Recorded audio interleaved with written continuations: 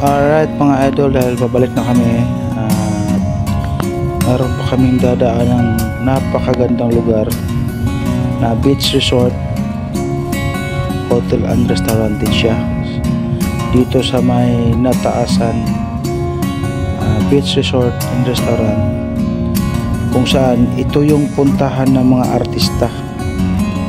Napakaraming artista na po ang pumupunta dito tuwing weekend na wala silang trabaho, dito sila nagbabakasyon. Ito yung pinakamagandang na beach resort sa part ng Sipalay, kung saan medyo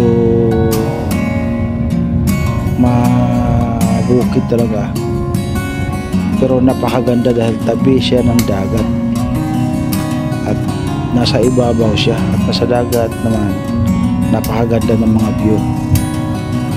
Usually may mga bangka rin dito mga idol kung gusto mong mag-tour sa dagat, mamingwit or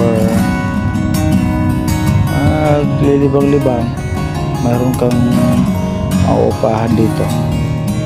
So dali kami ngayon doon dahil gusto rin mapuntahan ng pamilya ko, lalo na ang tita namin dahil ngayon na siya magbabakasyon. So kabisado niya naman kasi dito dahil matagal rito siya. Makikita niyo mamaya mga idol, at i-upload din natin at isusunod din natin yung video na yun kung saan papasok tayo ng gate nila, yung Nataasan Beach Resort. At dito lang yan sa Sipalay, isa sa mga beach resort na Sipalay City, Negros Occidental.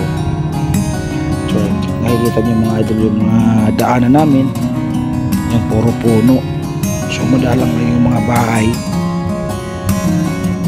Ayan, nakikita nyo, puro puno, niyog ang nakikita natin dito sa daanan. So ayan. Alright, let's go.